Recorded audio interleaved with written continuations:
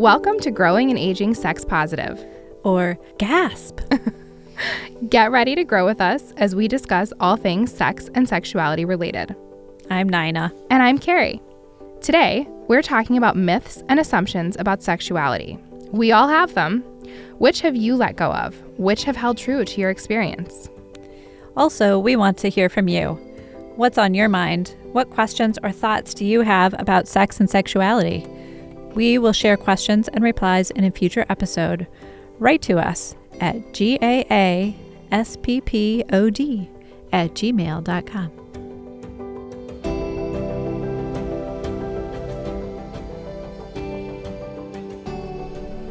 First, we want to thank our sponsor, Oak Park Our Whole Lives.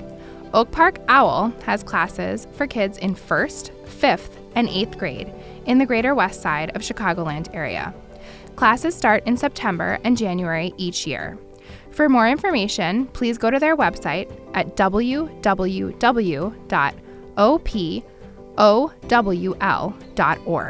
Now let's get into it. Hi, folks. Today we are talking about myths and assumptions about sexuality. I've been raised with many beliefs and patterns regarding sexual activity and sexual experience. And so we want to think about what some of those have been for us, what their value is, and also the limitations of those myths. But first, we need to start by talking about what we mean by myth, because when Carrie and I were discussing this, we found that we were working with different assumptions about the word. What was really fun, folks, is that when we did a quick dictionary lookup, our two definitions were the top two definitions, and they mean very different things. So I'm happy to do Cliff Notes, and then you can correct me if I'm missing any details. Great. But I think the definition that Nina conjured up the most strong was one that's sort of rooted in folklore or a shared cultural history or a story to explain something either supernatural or religious that has cultural significance. Does that sound fair? Yeah. Okay. And then mine is a very negative connotation, like in the framing of, say, like a mythbuster, like misinformation or a misrepresentation or something that's untrue or unverifiable that I would want to debunk. So one has definitely like a maybe more neutral, positive connotation. And then for me, I'm thinking myth is almost tantamount to lie. So just important to note that those are the framings that we maybe are approaching this from. And they're both valid and widely used, right? Right. There's a lot in between there. So, yeah. So what I was thinking of, or the way that I was approaching this episode, was thinking of stories that we tell ourselves in our culture about sexuality, about sexual behavior, what is expected of us. Yeah. Or of people holding different roles. Yeah. Were you thinking of something different? I think there's overlap between the two things. Certainly, for me, a myth and a myth about sex is, again, almost a lie. It's misinformation that is widely shared or spread. So when I think about sexual myths, I think about things that it is associated pretty strongly for me with harm, which the kind of myths and internal dialogues that you're talking about in stories would not for me be associated necessarily with harm. It could be if it wasn't helpful for me personally, but I think that's important. I'll just throw this out there. Hopefully this resonates with people and you've heard this. When I think of like a sexual myth, I think of saying if you masturbate too much, you'll go blind. That would be a myth. We know that is categorically untrue. No connection. Untrue. Many people have done the research on this. It's not true. You won't go blind. Lots of experimentation. So much experimentation. I think we know as a fact that you will not go blind. There is no amount of masturbating that can lead you to blindness. Robust findings. Robust findings from all over the world. We would have heard by now. An example of myth that might be more of a cultural story that we tell ourselves might be that, like, Men are pursuers. Yeah. And women want to be pursued. Yeah. Which is a really strong cultural story. Yeah. That permeates much of dating and sexual culture. It's obviously based on an assumption of heterosexual coupling, which I think we will find a lot of our sexual myths are based in. For sure. So it is going to have implications in how our heterosexual relationships develop and interact. It might have implications in very superficial relationships too, like when we think about catcalls or wolf whistles. Does the woman want to receive a wolf whistle? Or maybe she doesn't, but really she does like it because she's feeling sexually validated in some way. And do, quote, men have an obligation to perform in that way? Is that what they want to be doing? It puts a lot of maybe pressure on a guy to make the first move, ask the girl out. Yeah, and for me, what that's pretty closely tied to is then what I would consider to be another myth, that men are only interested, and I'm saying men in not maybe the most gender inclusive way. So the stereotype would be anyone who identifies as a man is only interested in physical intimacy. That's the main goal. They only want one thing, girls. They're just trying to get in your pants. I want to be clear, this is not a personal value that I have or my personal opinion. I have heard and understood from people of all genders that there's a, quote, traditional dating structure that goes with that myth. And the behaviors are so interest in a partner is signaled in a specific way for whatever your gender presentation is. And I know people who feel safe in that social process. Men will ask me out. I know he's interested in me. He'll buy me dinner. If I enjoyed the dinner, when he texts me or calls me, I will ask for another date, right? There's a structure there that people do find safety in. And again, I am not projecting my own opinion or putting a value judgment on that, but I have understood from people in my life that there are people who that works for them.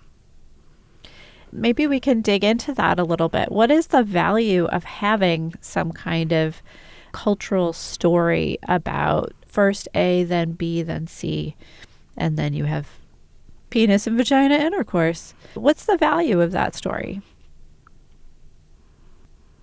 Because that's not a personal, I just hear from other people that the clarity. So maybe I can reframe that question. Where is the safety in that? You said people find that really I think safe. The safety is in the social reciprocity and the understanding the social cues. Again, just super clear, this is not my own personal opinion about how dating should be. I want to be really careful that I'm not telling people how to date or how to interact with anyone or what will bring them pleasure and satisfaction in their dating life. But I think there's something really good about relationships are vulnerable. Romantic relationships are vulnerable spaces to be. There's a lot of rejection in pursuing people romantically or sexually. And having a social myth about it, and this behavior means this, especially with interest, I think can make people feel safe to take a risk that might end in rejection because they know where the rejection might happen. I particularly hear this from men who benefit from knowing where they stand when they're the pursuer and knowing where the line is when they're talking about consent. And that could be either problematic or beneficial for them, but having a social structure about the right way to date and pursue a woman does give some lines, some guardrails, right? That is terrific. Yes. And it's so many good points there about how the vulnerability of maybe in some ways, especially the first stages of a relationship developing when you don't know this other person that well, and learning how to do a dance with that person. And this provides, when there are predetermined steps to the dance, it makes it easier to do the dance. Now, the rebel in me will say, Yes. what if I don't want to dance? What if I'm eating ice cream? What if I hate dancing? So what if I want to change the song, right? What are the limitations of the sure. story? For sure. Yeah. So let's talk about that for a minute too. It provides some social value. Yeah. And then what are some of the problems or limitations with a story like men are pursuers and women enjoy being pursued? I don't think that those gender roles are natural for people, and not everyone's comfortable in them. And if they aren't what you want, it can be really difficult to navigate the world when the pervasive social norm is that men are pursuers and women are receivers. You've excluded a pretty large group of people. For example, women who want to pursue rather than be pursued, men who really find that stressful to be the pursuer and would rather be pursued. People who don't want to be partnered or pursued by anyone. People who don't find themselves fitting neatly into a socially accepted gender binary, right? What does that mean if I don't identify as a man? Am I a pursuer? Am I the person who wants to be pursued? How do I signal to people socially? Right. And really, as whole human beings, I would expect that every one of us at some times wants to pursue and at other times wants to be pursued. For sure. And so you might be on some end of the spectrum that's slightly more extreme in many scenarios, and that could be who you are. And I don't necessarily know that needs to be tied to your gender, right? That could just be a role that that you like, that feels good to you. Yeah. Yeah. Yeah.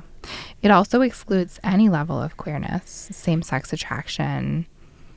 It also, this myth in particular, and something that came up for me when we were talking about myths, is then the next step that's linked to that myth, and it's the life milestones and the external expectations that are running underneath that myth. So I think that's also important for you to be aware of what myths you've accepted and you received from society, because you could, in our context, we're talking about dating and pursuing. You might be a person who is not interested in having a romantic partnership. Maybe you don't want a committed relationship. Maybe that's just not a thing that's of value in your life. Where does that leave you? So these myths and social stories necessarily, if we buy into them too much, they necessarily distort our individuality. For sure. In some way. For sure. And they maybe don't allow a lot of room for individual reflection on what do I really like? What works for me in this moment?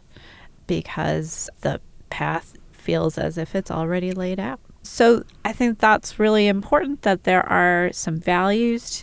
There's some value to these social stories or cultural norms, and then there's also limitations to that.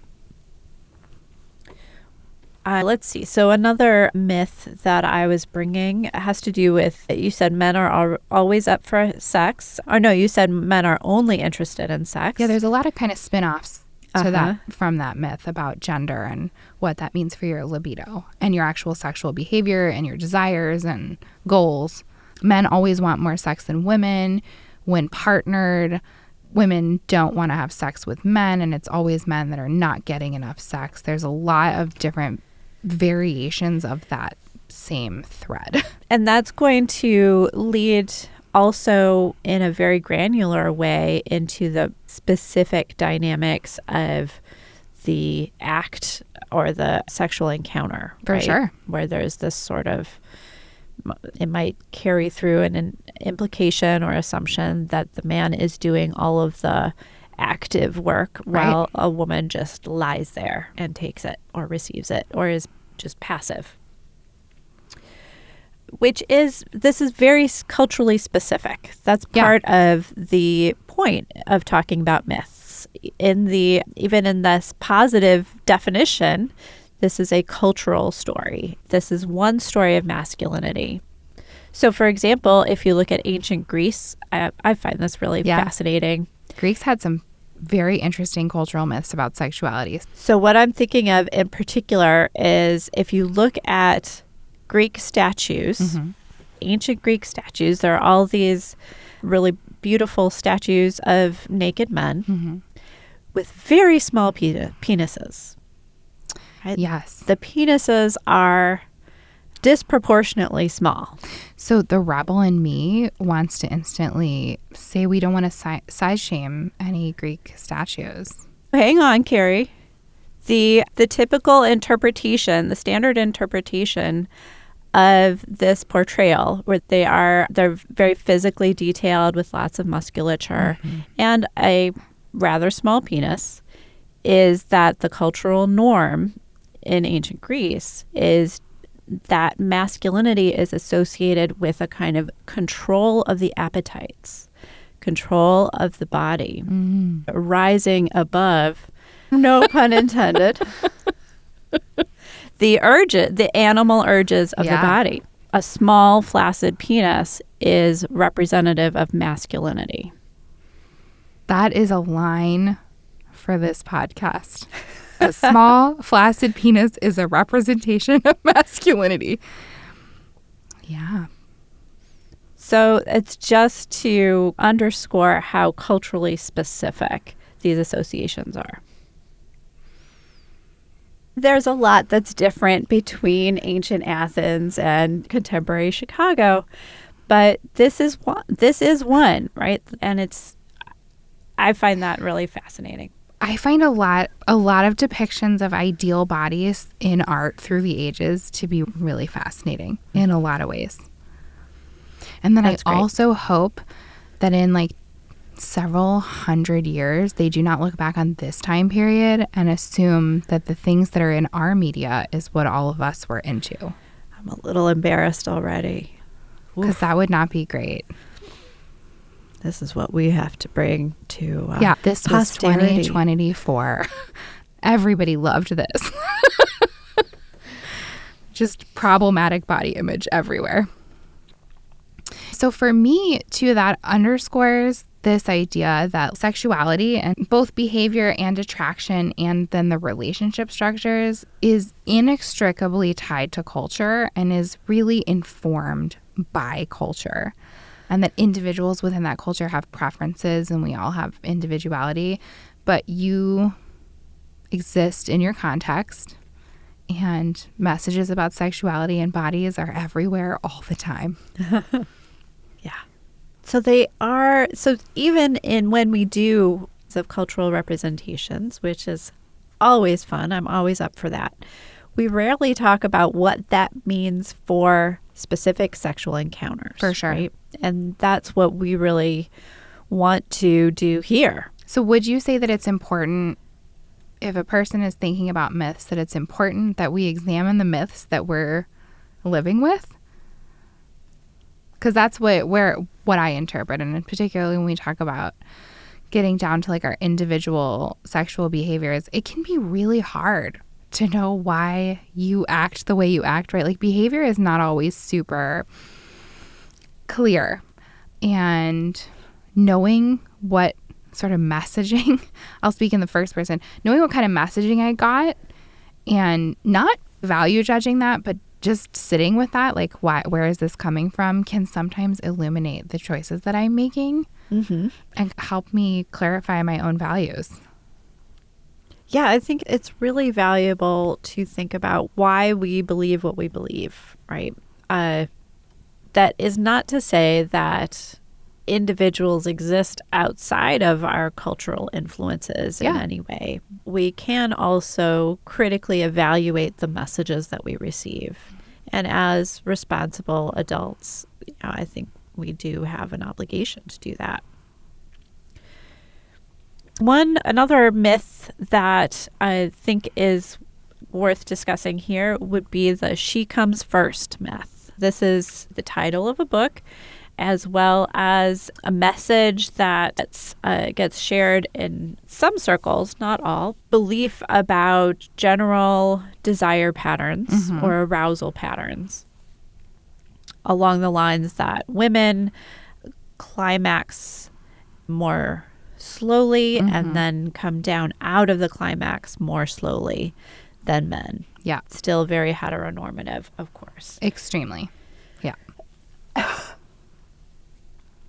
So the message then, or the story here, is that the right way for a sexual encounter to play out is that the woman's orgasm comes first, and then after that, the man's orgasm. And then you're done. So something that comes up for me here is that we're still putting a lot of the action in a sexual encounter onto the person with the penis. They're not necessarily the pursuer in this scenario, but they are the pleaser. They have a job to do. They're the active party, for sure. They are pursuing an orgasm now. So then this gets associated with masculine success. For sure. Is if you can make her come. And listen, I am not the one. I am a big fan of orgasms. I think people with all kinds of genitals should have all the orgasms that they would like to have. So I will not be on a soapbox saying that I don't think in partnered sexual encounters, the female orgasm should be prioritized. I think female pleasure is necessary and needed and part of. I'm just not a big fan of making either gender role in a hetero pairing performative. And I think that asking for men to make a woman do X takes away from authentic connection. And I don't know about anyone else, but I don't think a lot of pressure to perform is super helpful in achieving orgasm. I don't think most people think this is going to be the way to get there quickly. I think it's like almost on the other end of the spectrum. Counterproductive. Yeah. I got to get to that girly orgasm. Yeah. Oh, it's receding away from me. Yeah, it's getting just out harder of reach. to do. And then if this man would just figure it out, then right? That's the negative of that script. But we talked about the negatives and the positives of our previous myths. So I will also go on record and say that there is a studied orgasm gap in partnered sex. Tell us about what you mean by that. In partnered sex, when you look at pairings between a person with a penis and a person with a vulva and vagina, the person with the vulva and vagina does not achieve orgasm at the same rates that they do in same-sex couplings or any other sort of gender identities or pairings. So when people talk about the orgasm gap, they're talking about the phenomenon of heterosexual partnered sex not ending in orgasm for the person with the vulva. And I don't want to frame it as a problem in the sense that I think it's at an individual level, but I do think that book is groundbreaking in the sense that's something we did not talk about a couple decades ago. And I believe largely because women's pleasure is often not largely centered in our myths about sex. Like the actual pleasure of a woman is often a footnote in many myths. Right. And so if we want to say that this is a cultural issue or problem, that women are less likely to have orgasms in a heterosexual coupling than they are in same-sex coupling, then how do we remedy that? One way could be to support a different kind of cultural story. Yeah. Namely, a she comes first story. Yeah. There's a lot of nuance there. And I would invite people to sit with it. So in academic work, the myths get talked about more at the word myths is not the most commonly used word. Instead, we get sexual scripts. Has a really different ring to it. Yeah. Especially for you, I bet, Carrie, since it doesn't have the implication of being false.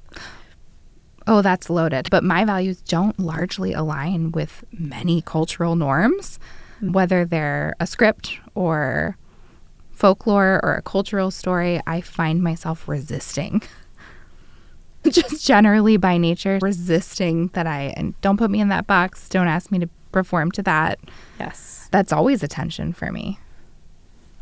And I suspect for other people listening, certainly I think for anyone that doesn't neatly identify in cis het culture, it's rough to be confronted with even the idea that this is the norm. It feels prescriptive in a way that you react to. It feels more harmful than prescriptive. It feels like the goals and the social benchmarks that the stories align with are maybe harmful to a lot of people. So I think it's even one step further than just, it's harmful, I guess I would say. What kind of harm are you talking about? Just like even like in our categories of like our myths of talking, the erasure of say like queerness, I think does harm, like tangible harm in the world. So for me, I pull back from all of it. And I feel resistant to just the idea of coupledom over uncoupled people and all of that. So there's like a broader context to it that's tied to sexuality and then also something really different. Is a different cultural story. If we had fully fleshed out and incorporated scripts that are queer inclusive, is that already a contradiction? It might be. Yeah, the categories exist and are helpful, but there's always going to be people that doesn't work for, and there are broader social systems that do harm to people that then these are like the underpinnings of. And I certainly don't have the answers about how to level the playing field, but I would be lying if I omitted the fact that I think that there's the broader social scripts about sex I do find to be harmful overall. I don't think that's controversial to say. But they're important. Like, you can't ignore them, right? They have to be discussed because they exist. So getting back to what a script is, right? What are social scripts in general? Not specific to sexuality. So a social question script. To me? Yeah. I would say that, again, when I think of a social script, I'm going back to what is a kind of neutral thing that might have benefit, where we have an understanding of what the social norms and behaviors might be. And if it's about sex, about how a sexual encounter might go or a sexual relationship might go. But I can think of social scripts for everything, like how you might approach your boss for a raise at work, right? There's many paths that. And these can be literal scripts, right? I say a word and I expect, and you know what to say back. So, good morning, Carrie. How are you today? I am great, Nina. I often find myself in response to that saying, good, how are you? And getting stuck in that loop. That's what the script is. Yeah. Yes. I was waiting for you to ask me how I was today. See, I already didn't play by the rules, guys. The reciprocity was not there. It runs deep. So we can talk about social scripts in a very literal sense of these roles that we play in which I say a thing and then you have a set of phrases that you use in response, and we'd go back and forth. Yeah. So sexual script is similar, but it might relate to behavior or nonverbal communication in addition to actual just words. How are scripts same or different from myths? We talked about the word prescriptive. I do think that a script doesn't necessarily have as much of a storyline tied to it, right? There's a pretty strong social component that is in the present that isn't necessarily explaining a lot of context or isn't necessarily aligned with a value, right? The script has a social function especially for young people. I think we're talking about scripts, especially with language or nonverbal communication and social. Super necessary to know the rules when you're moving through the world so you know what to expect from people, right? Like that helps so that you're not receiving constant negative feedback from the world, and understand when this person does X, I do Y. That's really helpful. They're holding the door. I'm going to walk through it, right? There's a socialization aspect that's maybe a little different than myths. What do you think? That angle is really interesting, how it's maybe less narrative focused and more like a set of rules or a recipe. So in the academic literature, sexual scripts can happen on 3 levels. We have the social or cultural scenarios. So that might be a general description like men are pursuers. And then we have the interpersonal level, which has to do with how we might act out those scripts in a particular dynamic, a particular relationship. If I'm the pursuer, then I should, in this situation, be the one to hold the door open. Yeah. And then the third level is the intrapersonal, the sense of self. And actually here, the traditional term is not intrapersonal, it is intrapsychic. Love it. It makes intuitive sense. The intrapsychic level of the self. So how do I understand myself? If I see myself as a pursuer, see myself as active, as powerful, as controlling the situation. Intrapsychic. So the self that I am looking at. So let's see. These concepts of sexual scripts and sexual myths, I wondered if you thought that they have less purchase or less influence on society than they did maybe 30 or 40 years ago. We used to have a much narrower sense of what was acceptable, I would say, and a stronger association with hierarchy or with authority. Yeah. That you might think has widened our sense of possibility with respect to myths or scripts that we follow. So I'm very broadly following the trajectory or the normalization of queerness. Yeah. I think there's a lot of nuance, even when you just talk about society, right? Are we talking about social institutions? Are we talking about culture? Are we talking about like media, right? There's a lot to unpack there. I do feel, and anecdotally, that I do think there is a widening of what is considered acceptable. I do think we are moving the needle forward with gender and sexual identity and sexual orientation inclusiveness, and widening that lens and saying more things are okay. There's more options. But I don't think our social institutions have caught up. No, I do still think that there is a very aggressive underpinning of good humans are heterosexual and they buy property and they reproduce. I still think that is the pillars of our society. And to be clear, those are not my values. I am not putting a value judgment on that. I just think that is how our society has set up our institutions. It's strong. It's there. Yeah. And whatever widening there may have been, there may be a parallel backlash. Stress in the world of dating and relationships, because we have lost, and I don't want to say lost, we've decentered some of those scripts and loosened the rigidity. Yeah. But there's still a lot of pressure to do things the right way. But I think there's this, but what is the right way? I got to find my identity, and then I got to find other people who get my identity. And then there's so much there. So just because we're moving the needle forward doesn't mean...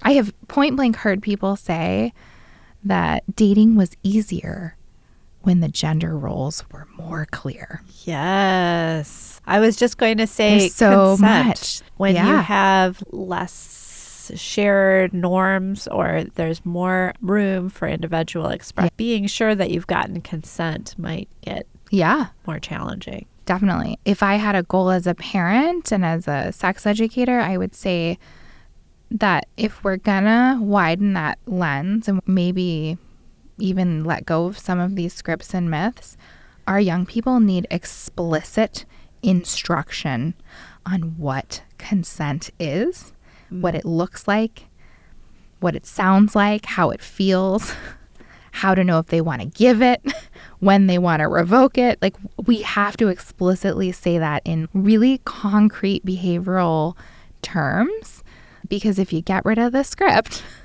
and you don't give them anything else, which to your point earlier, there's some value there in talking about the behavioral norms, they really don't have the tools they need to have healthy, safe sexual contact, right? They were just figured out. Right. It's too much. And that is not a way to excuse non-consensual behavior, but just I do think we talk a lot about the most extreme non-consent and assault. We don't do a great job socially of talking about all the other steps in between there, right? How to get consent in the moment.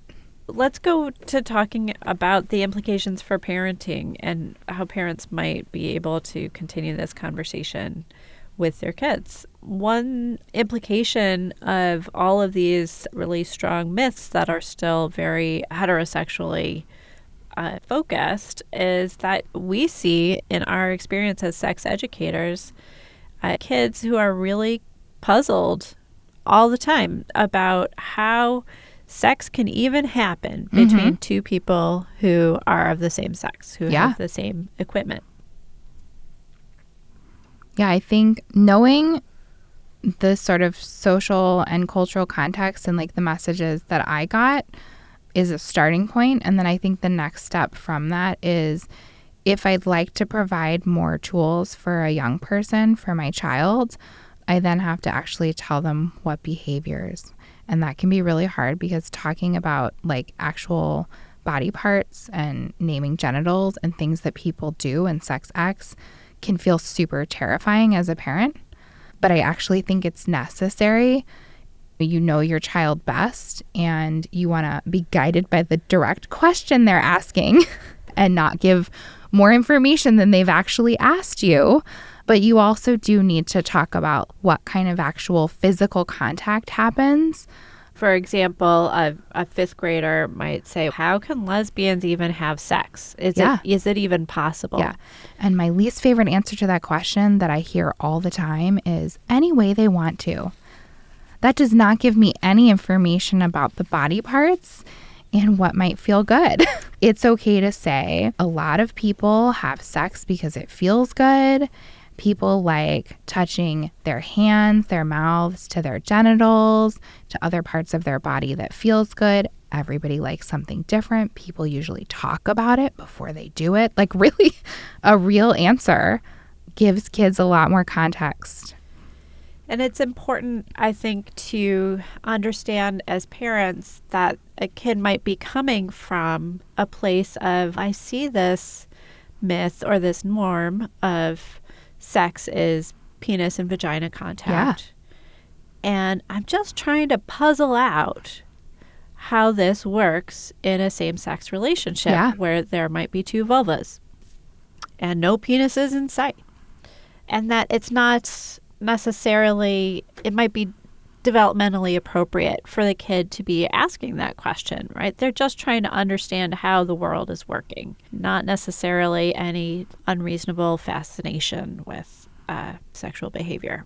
I think that's a really good point because I think the fear that I'm typically sitting with as a parent that's my own stuff is, did my child stumble on some content that is really beyond where they're at developmentally? And that's scary, right? Like, why are they asking me this? Did they find pornography on the internet? There's an underlying fear that they've been exposed to something harmful.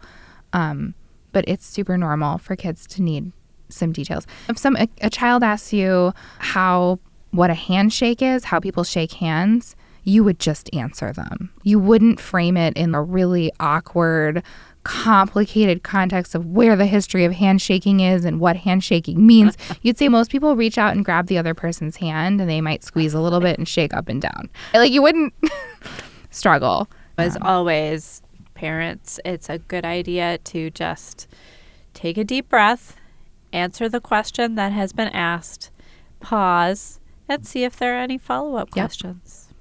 Yeah. And I also think it's okay to take ownership of the fact that the context of sexuality is a little complicated, and say, I don't have an answer for that yet. I'm going to think about that and I'll get back to you. I think that's a super valid thing to say as a parent. Yes. Yeah. Or acknowledge your own discomfort. Mm-hmm. So then it's really important and valuable and helpful for parents, when you can, to take opportunities to call out the sexual myths that surround us. If you are watching a show with your kid or a movie or something, it can be really helpful to just point out as you go, is it weird how he just kissed her without asking? Mm-hmm. What do you think about that? Or to notice what kinds of bodies are being shown and what kind of bodies are being left out. And these are all ways to talk with your kid about myths. The traditional fairy tales or the Disney fairy tales can be great for this. I've had great conversations at home with my kids watching other kinds of shows on the Disney Channel that we might not love the show itself, but we do love talking about the characters, right? If the characters are a little bit flawed, or not super developed characters in themselves, it can actually be more fun and more rewarding to have those conversations. Yeah, and I also have had some fascinating insight with, and this is really only appropriate for teens, not super young people, but watching dating-based reality shows and just unpacking how unnatural they are. And wow, that's wild. Why would they do that? Why is this even the premise? This doesn't seem real. Why would we have a whole show about this? Why are the roses here? So weird. Yeah. That's great. Thanks for being here, folks. Thanks, everyone. See you next time. Thanks for spending time with us today. Don't forget, we would like to hear from you. What did you think of today's episode? What questions or thoughts do you have about sex and sexuality? We will share some questions and replies in a future episode. Please write to us at gasppod@gmail.com.